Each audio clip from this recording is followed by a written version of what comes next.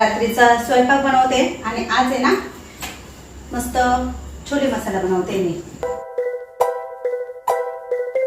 Hi hello सर्वांना शुभ दुपार। नमस्कार, मी सुवर्णा आणि परत एकदा तुमचं सर्वांचं माझ्या एक नवीन मराठी व्लॉग चॅनेलवर अगदी मनापासून स्वागत।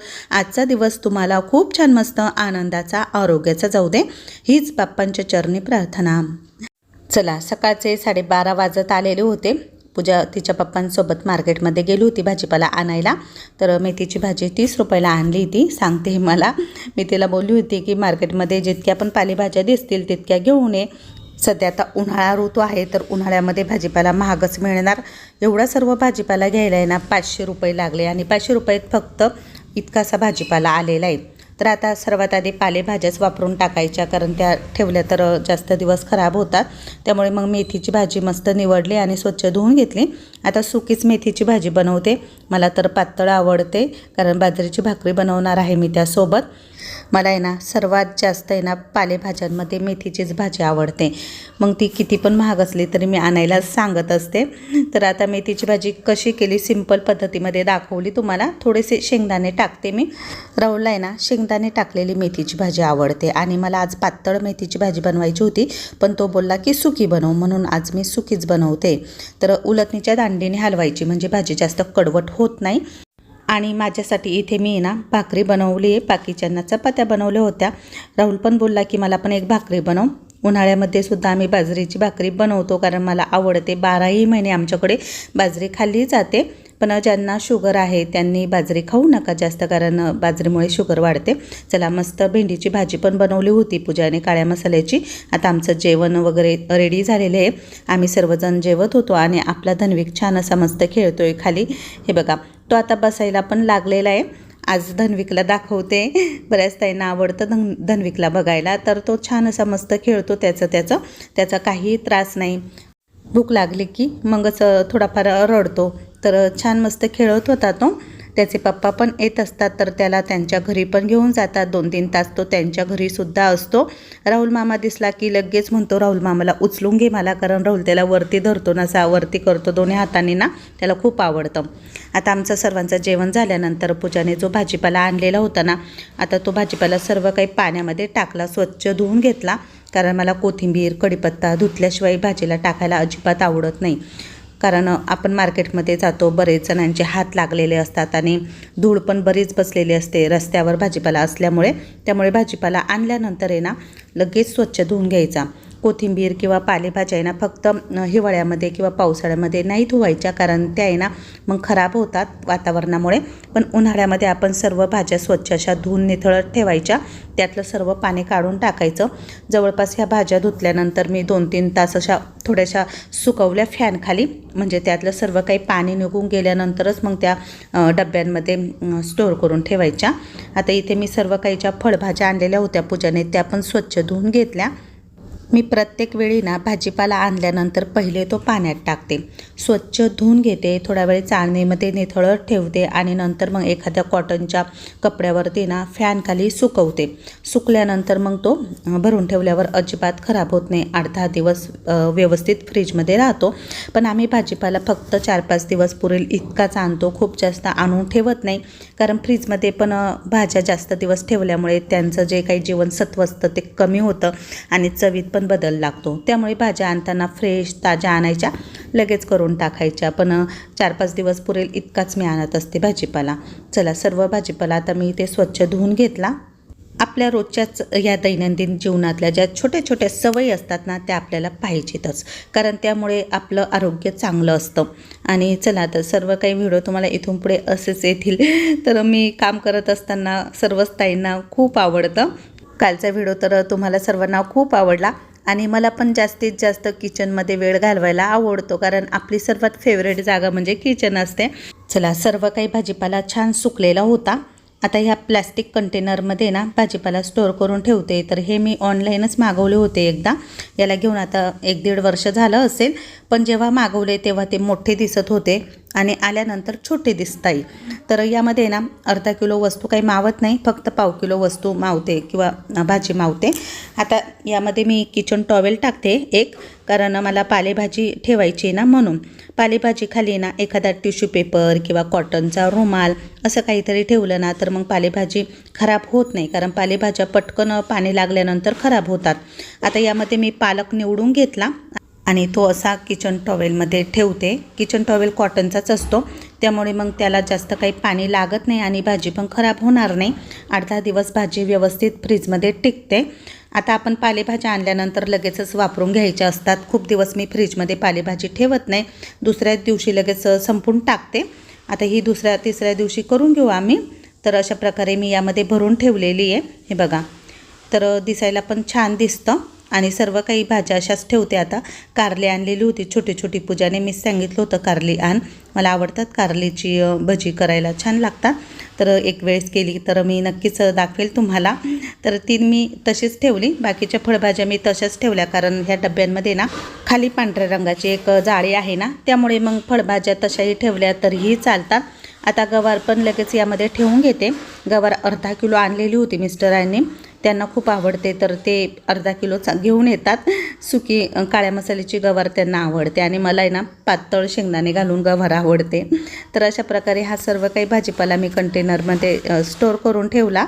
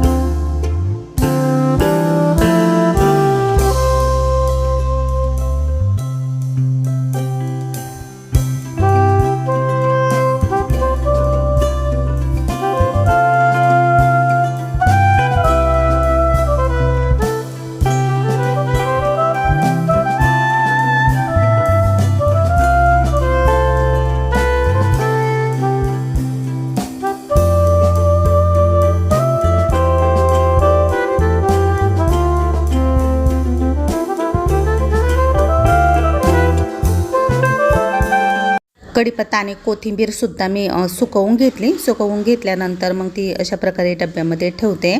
जो खराब होता तो काढून टाकला आणि पानं मी काढली नाही, कारण पानं काढल्यानंतर मग ती पटकन काळी होतात आणि तिचा वास पण निघून जातो. त्यामुळे मग मी असा दांडीसोबतच ठेवलेला आहे कढीपत्ता. आणि मला भाज्यांमध्ये कढीपत्ता फार आवडतो आणि मी कढीपत्ता खाते पण. केसांसाठी चांगला असतो, केस गळत असतील तर कढीपत्ता चटणी पण तुम्ही करून खाऊ शकता. तर छानपैकी असा तोही ठेवून दिला डब्यामध्ये. काल मी फ्रीजची सर्व काही क्लिनिंग केलेली होती ना, तर एकदम छान असं चकाचक माझं फ्रीज दिसत होतं. आता यामध्ये सर्व काही हे कंटेनर ठेवून देते. अशा प्रकारे एकावर एक ठेवले ना तर व्यवस्थित ते बसतात आतमध्ये. आणि फ्रीज मला छोटंच पडतं आहे, पुरत नाही हे फ्रीज, कारण बऱ्याचशा वस्तू काही बाहेरच असतात फ्रीजच्या. प्लॅस्टिकचे कंटेनर थोडेच होते तर ते संपले आणि आता माझ्याकडे हे स्टीलचे डबे आहेत, 2-3 डबे आहेत. तर हे पण छान असतात ठेवायला. तर यामध्ये मी आता एक किचन टॉवेल टाकला खाली आणि त्यामध्ये कोथिंबीर ठेवते. कोथिंबीर पण छान सुकवली ना, आता ओली अजिबात नाही आहे, त्यामुळे बऱ्याच दिवस ती टिकेल. पण कोथिंबीर तर रोज लागतेच आपल्याला, त्यामुळे मग ती पण भरपूर अशी आणलेली होती आणि छान अशी डब्यामध्ये ठेवली आणि हा डबा आता फ्रीजमध्ये ठेवणार. तर चला, अशा प्रकारे आता फ्रीज दिसते. तर सर्व डबे मी ठेवून दिले आणि ज्या वस्तू लागताय त्या वरती ठेवल्या. हाय हॅलो सर्वांना, शुभ संध्याकाळ. संध्याकाळचे आता 7:30 वाजलेले. रात्रीचा स्वयंपाक बनवते आणि आज आहे ना मस्त छोले मसाला बनवते मी. पूजा सर्व छोले लावले होते का ग डब्यातले? रात्री मी बघते ना, झाले तसे चांगले शिजले.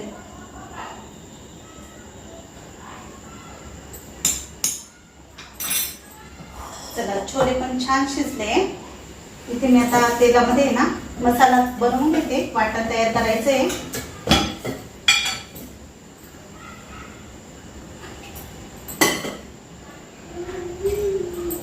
त्यासाठी इथे मी 2 टोमॅटो आणि 3 छोटे कांदे घेतलेले. एकदम सिंपल पद्धतीमध्ये करते छोले मसाला. तुम्ही पण नक्की करून बघा.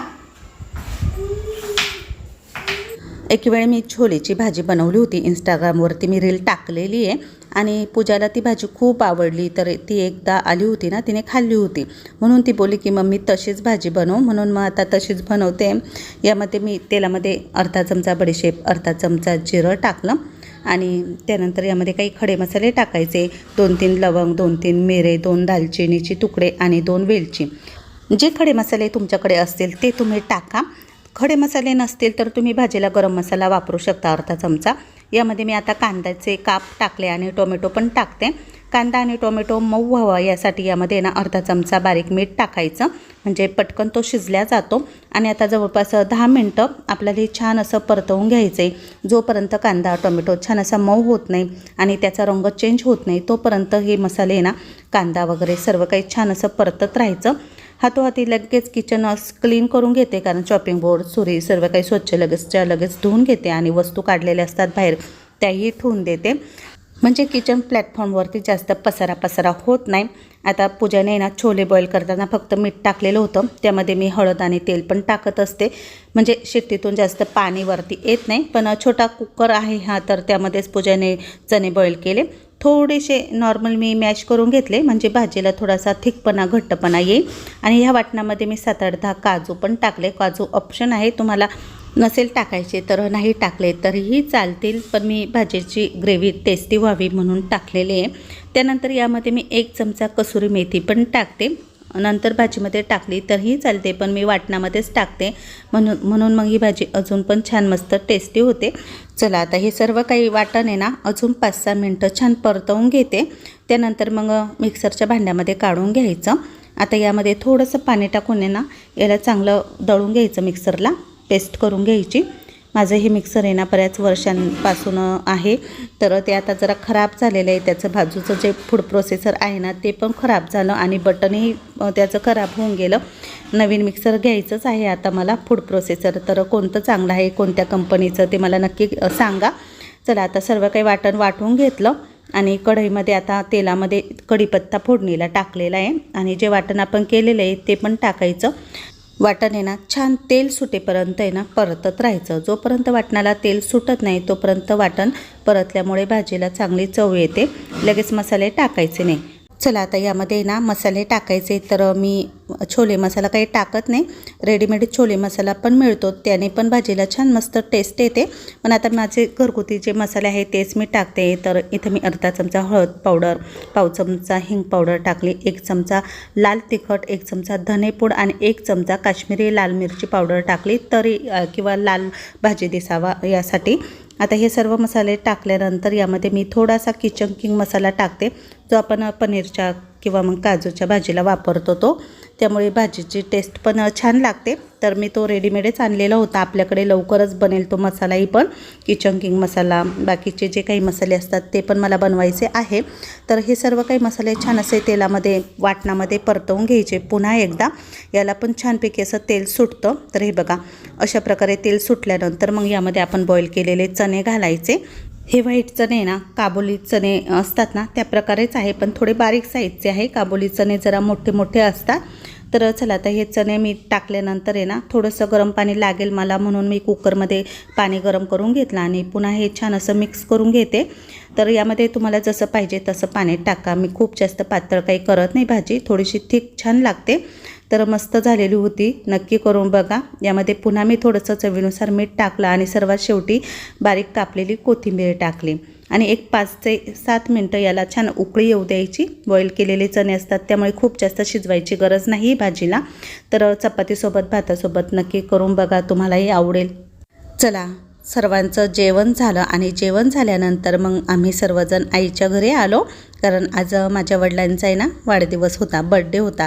पण वडिलांना आहे ना बड्डे करायला जास्त काही आवडत नाही. आम्हीच जातो, केक वगैरे घेतो, पेढे वगैरे आणतो आणि घरातल्या घरात बड्डे सेलिब्रेशन करतो. तर राहुल पण आलेला होता. आल्या लगेच तो बाबांच्या पाया पडला. मी पण वडिलांच्या पाया पडून आशीर्वाद घेतला त्यांचा आणि आपली अंशू पण होती. तर अंशूला बोलली की तू पण बाबांच्या पाया पड, आशीर्वाद घे. तर तिने सुद्धा बाबांच्या पाया पडून आशीर्वाद घेतला आणि पूजाने पण. मोठी बहीण अरुणाक्का, प्रियंका त्या पण आमच्या आधीच आलेल्या होत्या. तर त्या पण गप्पा मारत होत्या. त्यानंतर मग इकडे हॉलमध्ये आलो.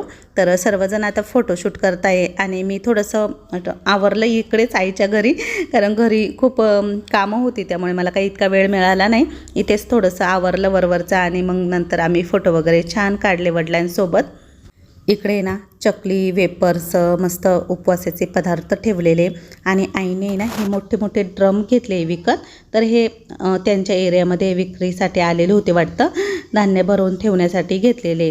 तर ते मी बघत होते कसे आहे. वडिलांना ना जास्त बड्डे वगैरे करायला आवडत नाही, पण तरीही आम्ही आलो. रात्रीचे 10 वाजलेले होते. आम्ही सर्वजण आल्यानंतर मग मस्त इथे आईवडिलांसोबत फोटो वगैरे काढतोय.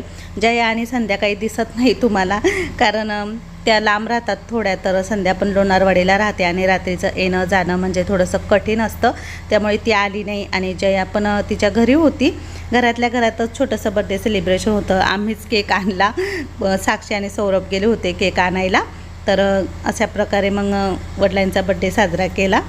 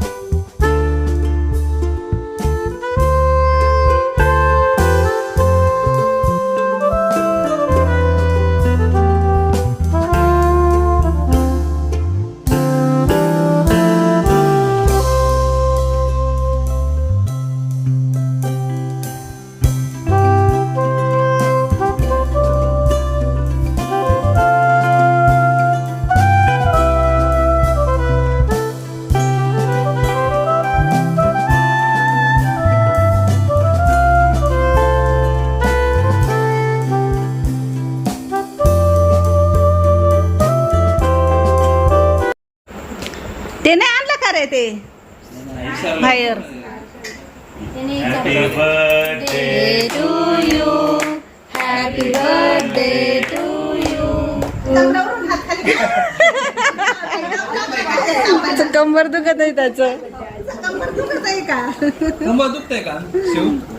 शिवची चांगलीच मजा आली. मस्त कमरेवर हात ठेवून तो केक कापत होता. बड्डे सेलिब्रेशन छान सिंपल पद्धतीने झालं आणि त्यानंतर मग आम्ही सर्वांनी एक ग्रुप फोटो घेतला. ग्रुपमध्ये सर्वात हाईट राहुल दादाची आहे, तर म्हणून त्याला सर्वजण बोलत होते.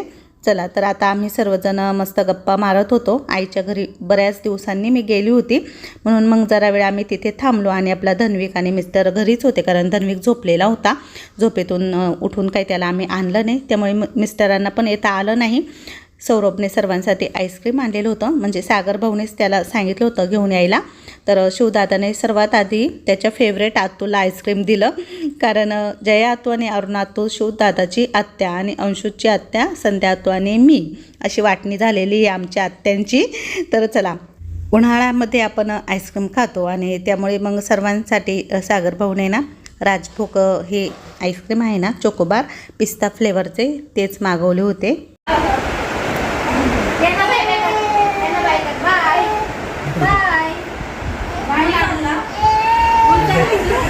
पूजा करायचं